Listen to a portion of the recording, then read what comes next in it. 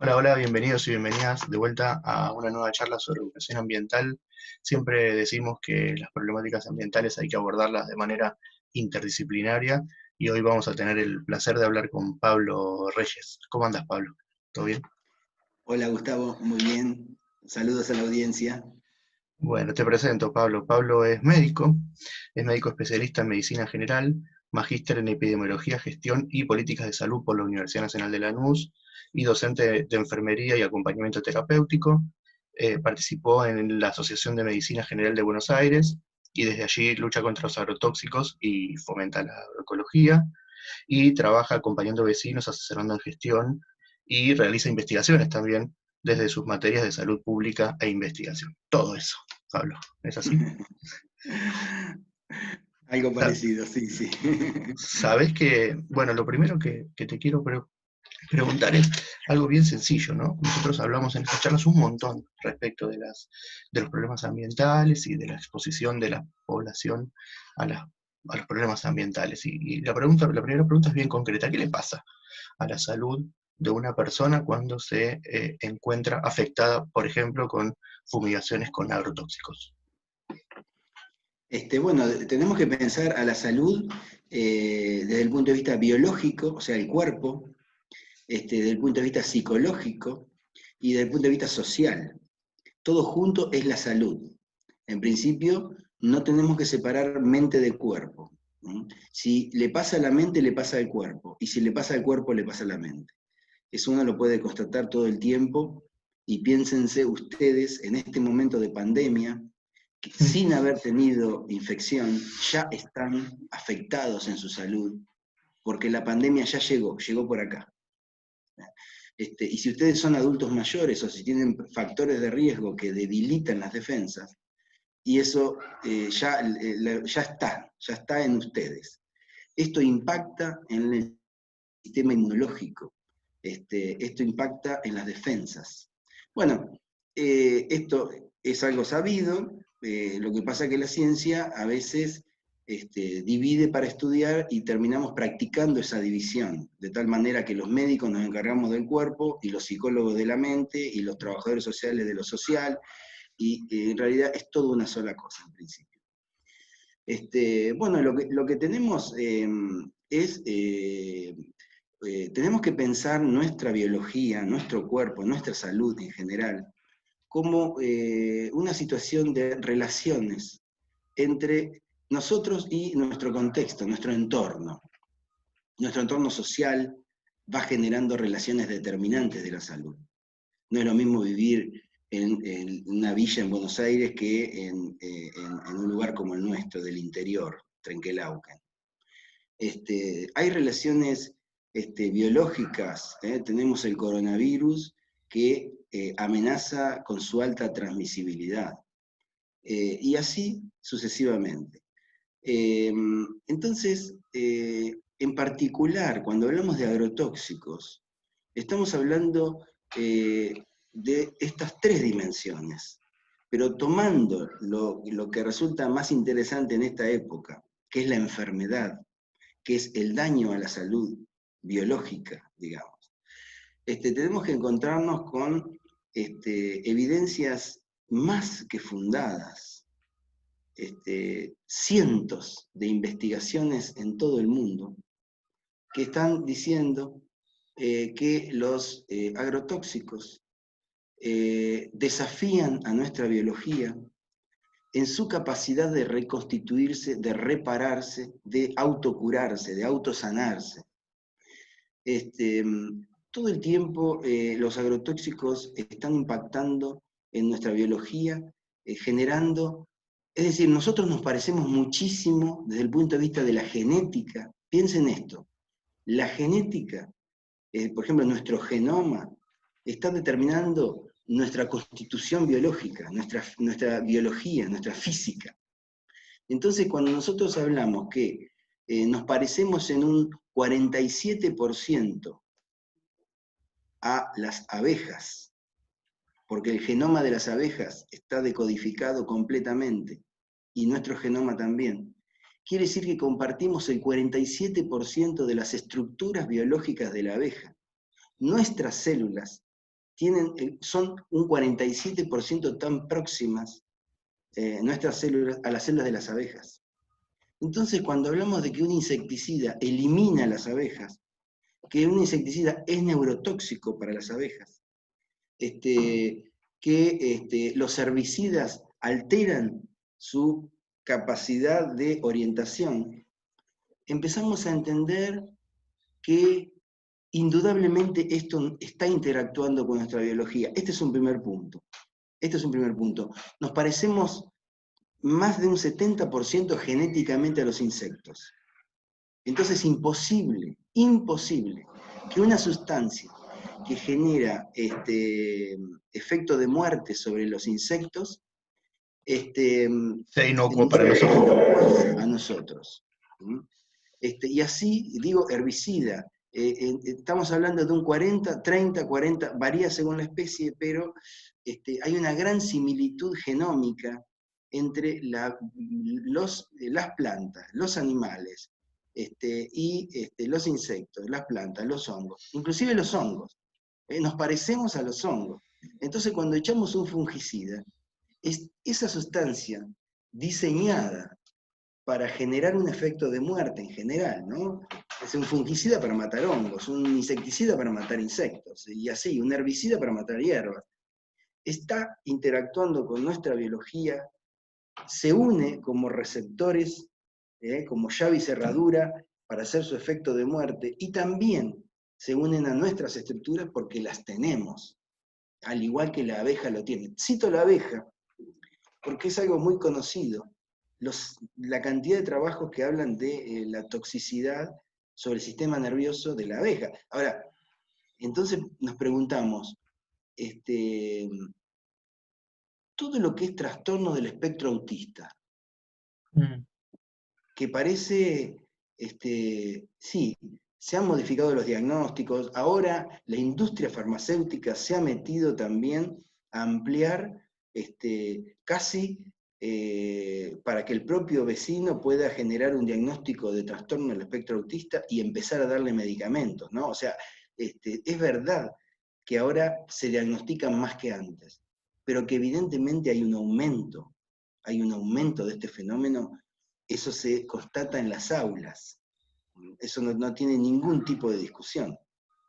Entonces, cuando hablamos de exposición a agroquímicos, que nosotros lo estudiamos en libros de toxicología, por eso decimos agrotóxicos, nosotros los médicos, ¿no? O sea, cuando nos formamos en la carrera, tiene que ver con una cantidad de mecanismos por los cuales nuestra biología se encuentra obligada a generar reparaciones permanentes del ADN, limitar células cancerígenas, porque modificar el ADN está muy cerquita de la malformación y está muy cerquita del cáncer. Entonces, cuando hablamos, y de otros procesos, ¿no? Procesos autoinmunes, por ejemplo.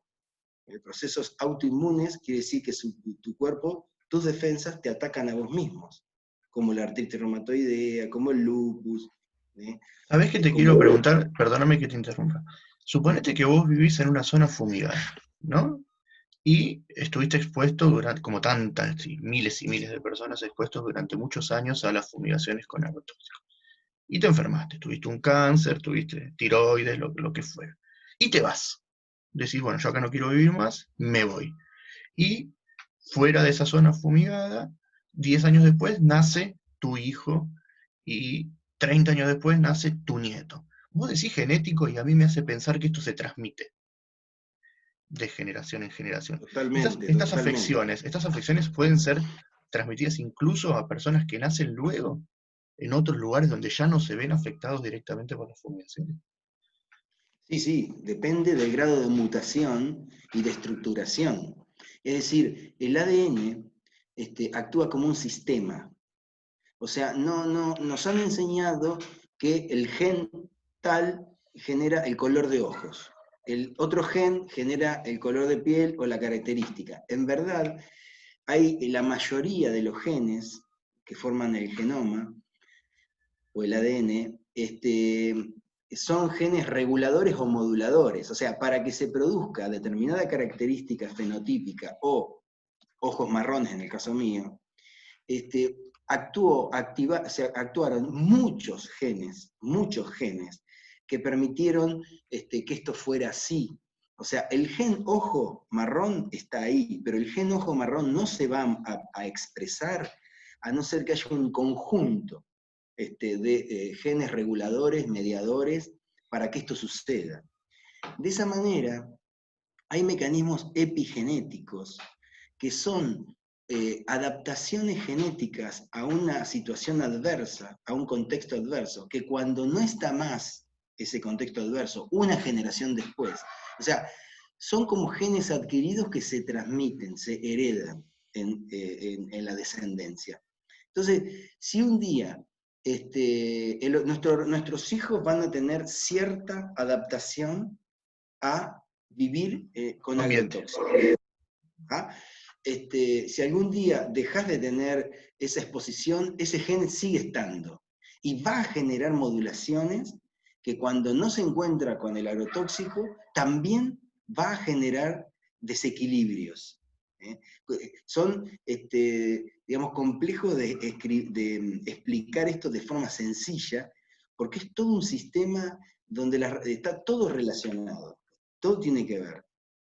Esto se vio, por ejemplo, con poblaciones que vivieron hambre en Europa Central. Hay estudios que en la Segunda Guerra vio hambre, la gente comía raíces, bueno, y una generación después, cuando se resuelve el tema del hambre de la guerra, o sea, hay una adaptación epigenética y son todos obesos con unos problemas cardiovasculares tremendos, porque su metabolismo modula para hambre. Y eso queda en la impronta genética, en el ADN como señal epigenética que se traslada a la generación siguiente. Es decir, estamos hablando de, esto es como cuando vos metés la mano en el genoma, no sabés el resultado. Me suena, perdóname, me suena a Tenemos, Chernobyl, ¿no? Me suena a Chernobyl en un es punto. parecido, bueno, cuando se inventa la semilla transgénica y cuando nosotros empezamos a incorporar genes de otras especies, o no sabemos cómo interactúa eso con nosotros. Esto es digamos, la caja de Pandora puede ser una imagen, ¿no? Donde, digamos, realmente no sabés qué estás produciendo, qué puede producirse. Vos afectás, ¿no? Como en el capítulo de Los Simpson que lleva la rana a Australia, ¿no? Lleva una Es ranita un en el bolsillo y despelote. la pone ahí, y después cuando están saliendo de Australia está lleno de rana y chau rana local, ¿no? O sea, uno no sabe lo que está generando en ese pequeño movimiento, porque el ecosistema, que son el conjunto de relaciones que nos incluyen, obviamente, es un sistema que se modifica por cada parte que se modifica. Digamos, las relaciones del todo, el resultado total es producto de esa trama de las partes. Entonces, cuando se modifica una relación, uno no sabe cómo cambia esa totalidad. Puede ser cáncer, puede ser malformación, puede ser autismo, etc. Entonces, a tu respuesta, sí, esto puede perdurar y tiene otros mecanismos que no son epigenéticos.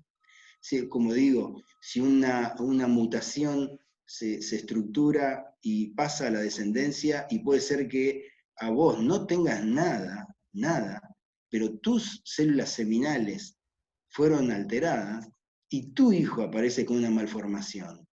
Tu hijo aparece con un problema. Ahora, yo estuve expuesto al agrotóxico. Mi hijo es normal. Mi nieto puede que aparezca en la tercera descendencia.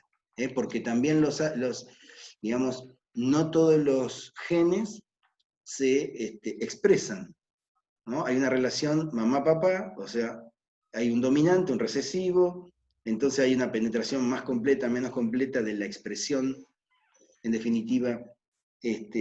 Por eso te decía que suena como a Chernobyl. A mí me da como, esto es un Chernobyl, en este sentido, en donde hay modificaciones que se transmiten de generación en generación y que no sabes a dónde va. Tal cual, tal cual. Como también es de esperar que la impregnación de agrotóxicos en nuestra biología, por ejemplo, muchos de los agrotóxicos, la mayoría, son liposolubles, quiere decir, se acumulan en las grasas. Entonces, uno va incorporando por la vía respiratoria cuando te fumigaron cerca, o por la vía digestiva cuando comiste sustancias de la agroindustria, por ejemplo, la verdura, o todo lo que es ultraprocesado. Todo alimento ultraprocesado es prácticamente veneno. Hay un estudio muy importante que asocia cáncer con alimento ultraprocesado. Todo esto baja las defensas en un momento que la necesitamos siempre, ¿no? Pero en este momento la diferencia la hacen las defensas. Y no hemos llegado a este punto, que es el punto quizás más interesante para que la gente lo sepa. ¿Por qué comer agroecológico? ¿Por qué respirar aire sano? ¿Por qué tener la mente? Bueno, todo esto impacta en las defensas. El agroquímico, si algo tiene demostrado de hace, que creo que ahí no hay ninguna discusión de nada, es el impacto en el sistema inmunológico de los residuos de pesticida que van quedando en los alimentos. Digamos que se usó veneno, se usó agrotóxico cuando se hizo el trigo. Cuando nosotros después vamos a la góndola del supermercado y compramos esa harina blanquita, hermosa, 4, 5, 8, 10 ceros, hacemos un análisis y encontramos residuos del agrotóxico que fue utilizado en el proceso productivo. Claro. Todo eso está entrando como pequeñas moléculas, pequeños cuantos de tóxico, que encuentran a una biología que está con una capacidad enorme de reparación y de resistencia, de resiliencia, y en un momento esa acumulación del tóxico en las grasas, en el organismo, porque entran 5, salen 3, 2 quedan, y en un momento tenemos las enfermedades crónicas. Tenemos el hipotiroidismo, tenemos todo lo que es endocrino, la disrupción endocrina, tenemos que no podemos tener hijos, que sufrimos abortos, que sufrimos malformaciones. Eso te quiero preguntar. Mi mujer es psicóloga y se dedica a la psicología perinatal. Y me pidió que te pregunte, y aparte me gustó cómo encaraste al principio diciendo que la salud es lo biológico, lo mental y lo socioambiental. ¿Cómo afecta esto a la salud reproductiva de las mujeres? Especialmente. A ver, que afecta en un sinfín de problemas. Ahora, hay problemas que tienen mayor demostración científica. Por ejemplo, podemos hablar de la atracina, que es un herbicida muy utilizado, producto de la resistencia que tiene el glifosato a... las plantas se hicieron resistentes al glifosato, que es el herbicida más importante, ¿no? Que es el herbicida cancerígeno, según la Organización Mundial de la Salud, y es el herbicida que en muchos países ya lo suspendieron y otros están en planes, ¿no? La atracina ya tiene estudios, es ese, pero muchos otros, ¿no? El sistema reproductivo es un sistema muy sensible a los trastornos endócrinos. Los agrotóxicos, la mayoría son disruptores endocrinos, la mayoría, dependiendo de la dosis. Por ejemplo, el 2,4-D, para ser disruptor necesita una buena dosis. En cambio, el 2,4-D a baja dosis genera la malformación de las hojas, todo ese trastorno de hojas, del follaje que se revira y demás, que uno puede ver el aire contaminado que respira mirando los árboles. Tenemos que mirar las plantas, miremos la glicina, la parra, el paraíso. Bueno, el cuento es que hay mucha evidencia científica, y en particular cito la atracina porque es un drama que contamina el agua. Es muy importante la atracina como disruptor endocrino, se fija al piso del hipotálamo y ahí hace el trastorno de la hipófisis y de las hormonas de la hipófisis. Y en particular, el sistema reproductivo tiene un juego muy delicado en varias partes, muy fino, que para que se produzca la ovulación tiene que en un momento determinado haber un pico de hormonas y después un valle, y así sucesivamente. Para que se produzca la implantación, más o menos 7 días después de la unión del espermatozoide con el óvulo, también necesita producir un sistema que lo acoja hormonal. Entonces, quiero destacar, primero, que hay evidencia más que sabida respecto al trastorno del eje hipotálamo-hipófiso-gonadal, que es el eje endocrino del sistema reproductivo, y después que este sistema es especialmente lábil a las sustancias que alteran las hormonas, sea que frenan la producción de hormonas, sea que estimulan la producción de hormonas. ¿Cómo frenan y cómo estimulan? Es por este mecanismo que el agrotóxico logra relacionarse con nuestras células, porque nuestras células son parecidas a las células de las plantas, a las células de los insectos, a las células de los hongos. Y por este motivo permite el efecto de la interacción, y cuando los docentes van a entender, obviamente, estamos hablando de la célula, y estamos hablando de los receptores que comunican y hacen que el metabolismo celular se ajuste a la necesidad del organismo. Entonces, se está trastornando este ajuste. El resultado es no tener hijos, el resultado es un aborto, una endometriosis, abortos espontáneos, infertilidad. ¿Hay relación entre la endometriosis y las fumigaciones? Totalmente. Mira. El mecanismo de acción así lo dice. Y también hay estudios. Pasa que son problemas de salud poco frecuentes. Entonces, digamos, poco frecuente quiere decir que en una comunidad de 10.000 habitantes, si hay 3 casos con endometriosis, es muchísimo. Entonces, no es algo que uno diga.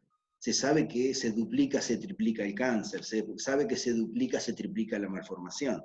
Ahora, cuando hablamos de endometriosis, no tenemos ese dato con precisión. Pero es lo mismo, es el mismo esquema de un sistema que en el desarrollo se va armando a partir del funcionamiento de hormonas. De hormonas que son los grandes mensajeros, ¿no? La hormona permite conectar las células del cuerpo y los sistemas. Entonces, por ejemplo, cuando uno vive un estrés, como el que estamos viviendo todos, empieza a producirse más cortisol, o sea, hormonas que suben la presión, suben el azúcar, aumentan la glucosa, etcétera, etcétera, que son adaptaciones a resistir el estrés. Entonces,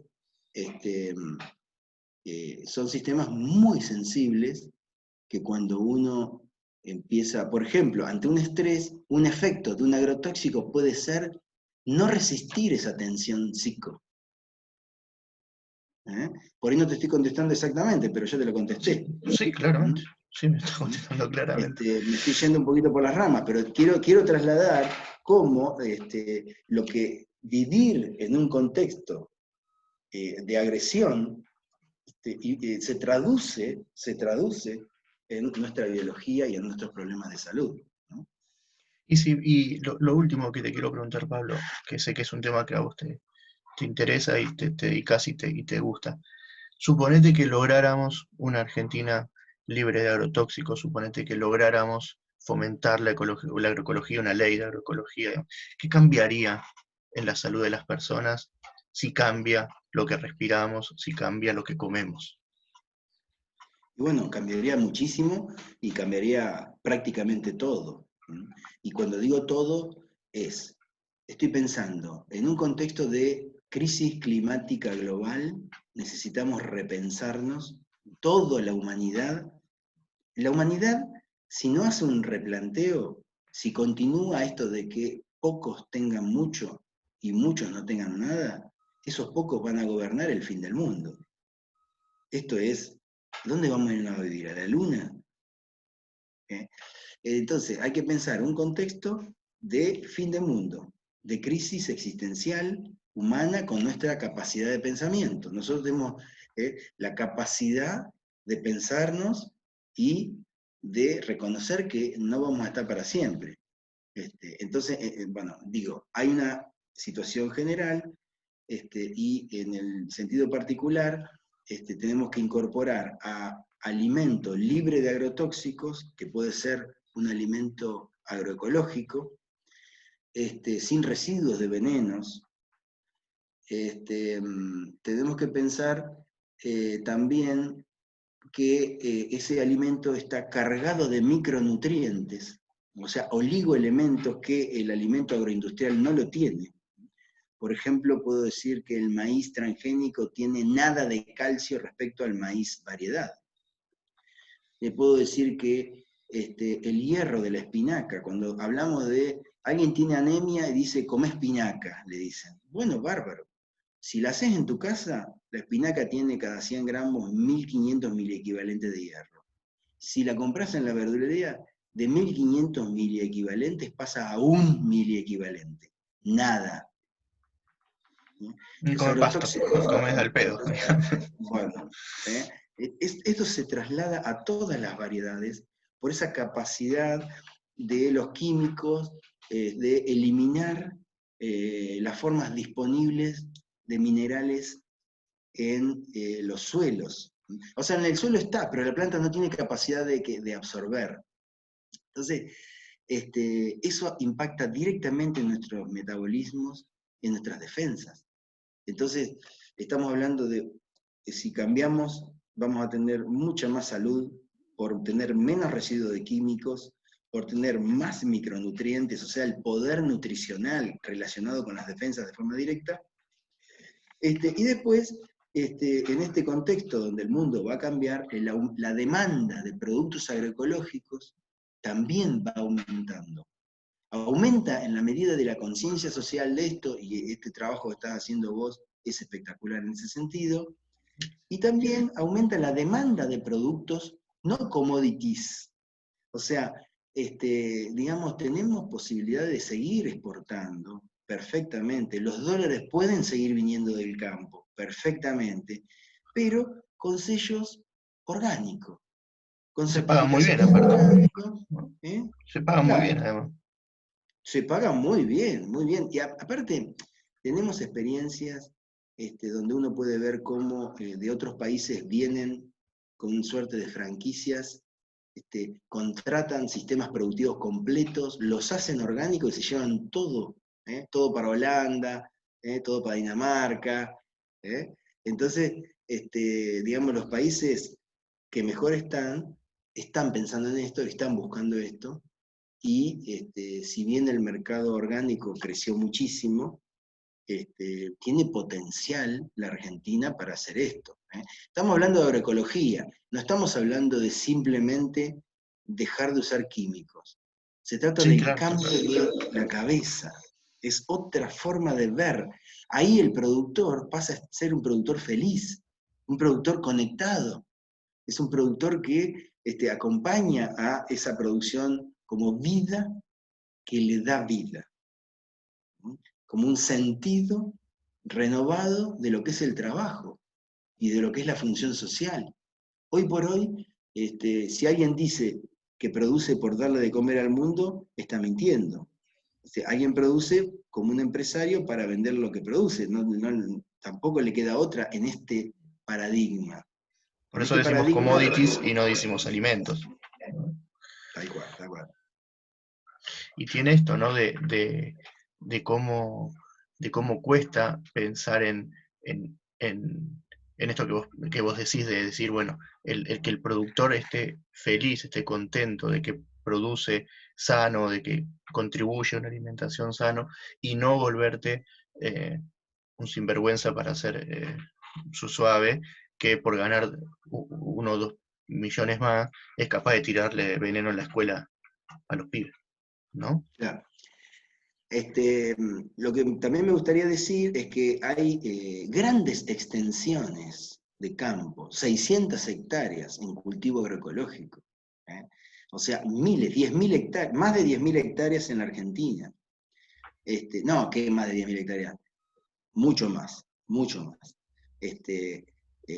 Un solo campo que yo conozco, famoso acá, que recibió un premio de la FAO, que estamos hablando de 600 hectáreas, lo que me interesa decir es que esto no es un tema, la agroecología no es un tema de huerta Sí, claro. exclusivo, o la agroecología no es un tema de utopía. No, no, no, no, existe y son rentables. ¿Y saben por qué es rentable? Porque si bien lo que se saca con la agroindustria en volumen es 20-30% más, cuando vos le descontás el gasto en agroinsumo, en químicos, en fertilizantes, en minerales, en agrotóxicos, pesticidas y demás, la agroecología es mejor desde el punto de vista rentable. Te da más plata la agroecología, que es diversificada. Vos en un campo de agroecológico no tenés solo monocultivo de trigo. Tenés asociaciones, cosechaste el trigo, vienen las vacas, o así, ¿no? Las gallinas, entonces tenés frutales, tenés variedad que necesitas para ese ciclado de la energía y de la materia para que se siga sosteniendo la capacidad de producir. Bueno, y después como mensaje final, ya cerrando un poco, me parece a mí, Gustavo, si entendí tus Estamos comentarios, estamos sí. ahí, quería llamar a la conciencia de el poder que tenemos todos nosotros como consumidores. O sea, nosotros podemos participar en esta lucha por la salud y por la vida sin necesidad de hacer un piquete, generar movimientos. Uno solo, hablando con el vecino, está generando conciencia de la situación. Uno como docente, incorporando estos contenidos en las materias, está haciendo un trabajo extraordinario, extraordinario. Yo creo que de la docencia va a venir el cambio. Se está viendo que hay muchos docentes que son el motor del cambio porque son los chicos. O sea, esto es así, el mundo que se viene, digamos, la triste realidad con la que se van a enfrentar los chicos, son ellos, los que ustedes tienen en las aulas. Entonces, y también como consumidores, con una buena verdulería, decir, ¿esto de dónde viene? O sea, pretender que lo que uno consume sea de la región o lo más cercano posible. Pretender saber quién lo hizo. ¿Y dónde viene esto? ¿Y quién lo produjo? Porque si yo conozco quién lo produjo, en el caso de las huertas locales, ¿no? Se han desarrollado mucho en las ferias locales. En la medida en que haya mucha demanda de producto agroecológico, va a aumentar la cantidad de productores agroecológicos. Y en la medida en que uno, como consumidor, empiece a pretender ciertas condiciones, bueno, pero ¿por qué no le pones un cartelito? Sí, ¿por qué no traes agroecológico a la verdulería? Estoy hablando con el verdulero, ¿no? ¿Esto de dónde viene? Ya, viene de Mar del Plata. Ayer justamente estuve en una verdulería. ¿De dónde viene esto? De Mar del Plata. Otro verdulero. Che, ¿y tenés algo agroecológico? Y la persona primero te mira como no entendiendo de qué estás hablando. Y después, la segunda vez, ya entendió de qué se trata. Y la tercera vez le va a preguntar al proveedor, che, ¿agroecológico tenés algo? ¿Tenés algo orgánico? Y la cuarta lo trae. Y la cuarta va a empezar a ver porque hay gente que está pidiendo eso. Entonces, nosotros como consumidores, tenemos un poder extraordinario en el mercado, porque generamos la demanda. Esto no tenemos que perder el Está foco, clarísimo. ¿no? Nosotros, ¿no? Y cuento la experiencia chilena, cómo en Chile hubo una ley de etiquetado muy interesante con un sistema de colores donde el vecino que va al supermercado a través de este sistema de como un semáforo, podía saber que este producto era bueno para la salud, no era tan bueno o era malo para la salud. ¿Qué se logró? Se logró que los consumidores se corrieran hacia las bandas más verdes y las mismas empresas que antes producían con aspartamo o sustancias químicas que los hacían perjudicial, la glucosa, no, de alta fructosa, ¿no? Los azúcares de alta fructosa, el jarabe de alta fructosa, etcétera, reemplazaron eso en los mismos productos, ahora salen un poquito más quizás, pero la gente, tuvieron que cambiar, la industria cambió porque el consumo venía por acá. Entonces dejamos de usar esto que era negativo para la salud para usar esto que es más positivo. Entonces ahí quedó demostrado el poder del consumidor. Y esto es interesante. Súper, nosotros en la escuela trabajamos un montón la cuestión del consumo responsable y me quedo con dos cosas también para cerrar y para despedirte, ¿no? Philippe Merier siempre dice que hay que dejarle un mundo mejor a nuestros niños y niñas y también hay que dejar mejores niñas y niños, hay que dejarle al mundo, ¿no? Y en eso la tarea de nuestra es muy importante y me quedo con una frase que yo repito un montón, que vos la dijiste con otras palabras, las desigualdades sociales enferman y las desigualdades sociales matan, en este sentido literal. Y cuando vos decías que eh, va a haber un pequeño grupo de superpoderosos que van a gobernar el fin del mundo y el resto no tenemos una luna para irnos a vivir, es un poco eso y bueno, y me quedo con esto, ¿no? Me encantó, realmente es un placer escucharte, Pablo.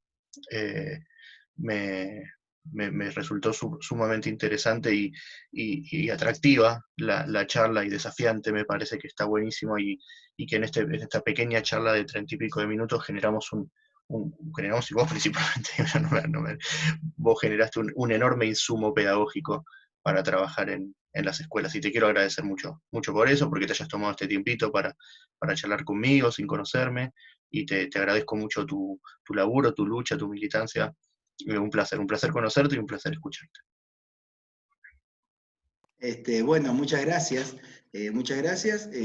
contento de aportar. La huerta es una interesante herramienta para trabajar en las aulas, para trabajar en los patios de la escuela, y un lugar donde los chicos, desde otro lugar, entiendan por dónde pasa la vida, ¿no? La salud y la vida. Muchas gracias. Gracias. Nos vemos la próxima. Gracias, Pablo. Salud.